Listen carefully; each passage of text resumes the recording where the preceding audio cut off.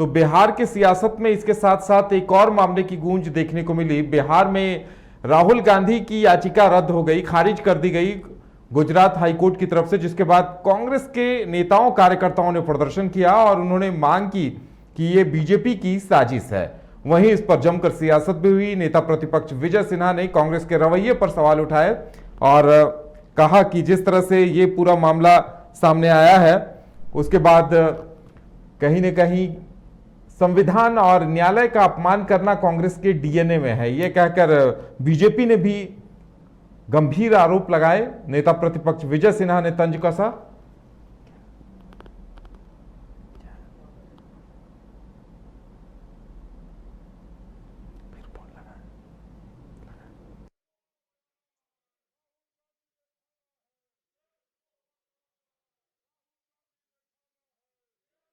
के सियासत में भी विरोध देखने को मिल रहा है। देश भर में कांग्रेस के कार्यकर्ताओं ने, नेताओं ने प्रदर्शन किया है और आरोप लगाए हैं कि बीजेपी ने जानबूझकर सियासी बयानबाजी को मुद्दा बनाया और इसे अदालत तक लेके गई। और जिस तरह से राहुल गांधी निचली अदालत के फैसले पर रोक लगाने को लेकर गुजरात उच्च न्यायालय गए थे और वहां से भी उनकी याचिका खारिज कर दी गई है, जिसके बाद कांग्रेस के नेताओं कार्यकर्ताओं ने देशव्यापी प्रदर्शन किया है, कर तंज कसे हैं। ज्यादा जानकारी के लिए इस पर हमारे साथ पटना से संवाददाता गौतम जुड़े हुए हैं, सीधे चलेंगे उनके पास। गौतम, जिस तरह से विजय सिन्हा की प्रतिक्रिया आई है, कांग्रेस के नेताओं कार्यकर्ताओं ने प्रदर्शन किया है, तो जाहिर सी बात है सियासत में इस मुद्दे की गूंज भी आने वाले दिनों में सुनाई देगी, या ये भी एक मुद्दा बनेगा? बिल्कुल मुद्दा बनेगा और लोकसभा चुनाव 2024 से पहले ऐसे कई मुद्दे शामिल होंगे, जिसमें ये एक मुद्दा ये भी होगा। सबसे बड़ा सवाल ये है कि आखिर राहुल गांधी की याचिका खारिज होना ये एक न्यायालय का फैसला था, लेकिन पार्टी ये मान रही है कि ये सब कुछ प्लान वे में हुआ है और पीएम मोदी के इशारे पर हुआ है। तो कहीं ना कहीं विपक्ष का जो आरोप है वो सरकार के ऊपर है और सरकार कह रही है कि भाई ये न्यायालय का फैसला है, आप जैसा करेंगे वैसा भरेंगे, और न्यायालय जो है वो साक्ष्य के आधार पर फैसला देती है। राहुल गांधी के जो इस मामले में गुजरात हाई कोर्ट ने जो फैसला दिया है, उस फैसले से साफ हो गया है कि राहुल गांधी की याचिका खारिज कर दी गई। इस बात को लेकर के देश भर में कांग्रेस जनों में खासा आक्रोश देखने को मिला और यही आक्रोश बिहार के अंदर भी, और बिहार इसलिए जरूरी है क्योंकि यहाँ पर विपक्षी एकजुटता का जो अभियान चल रहा है तो उसका केंद्र है।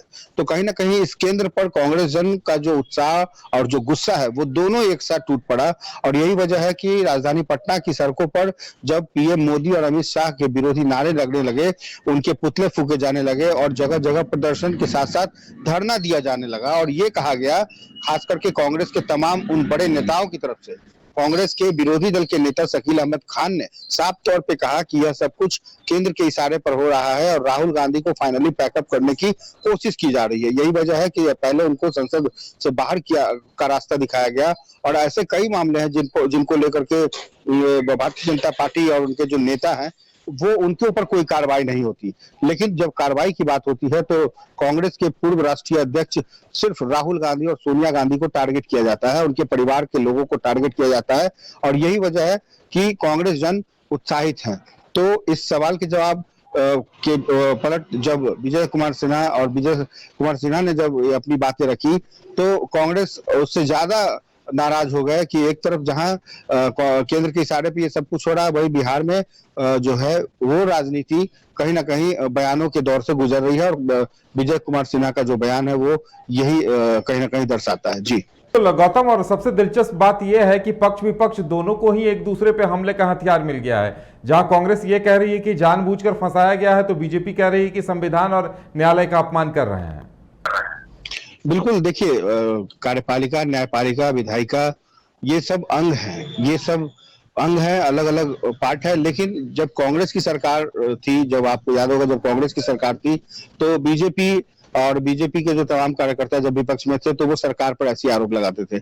आज कांग्रेस सरकार से बाहर है तो स्वाभाविक है कि अगर सब कुछ ठीक ठाक होता है तो उन्हें न्यायालय पर भरोसा होता है, लेकिन जहां उनके विपरीत कुछ फैसले आते हैं तो कहीं ना कहीं ये सीधा आरोप लगाते हैं कि ये सब कुछ केंद्र के इशारे पर हो रहा है, जो सरकार है वो कर रही है। आप देखिए हाल के दिनों में अब तो न्यायालय के ऊपर भी ये लोग सवाल उठाने लगे हैं।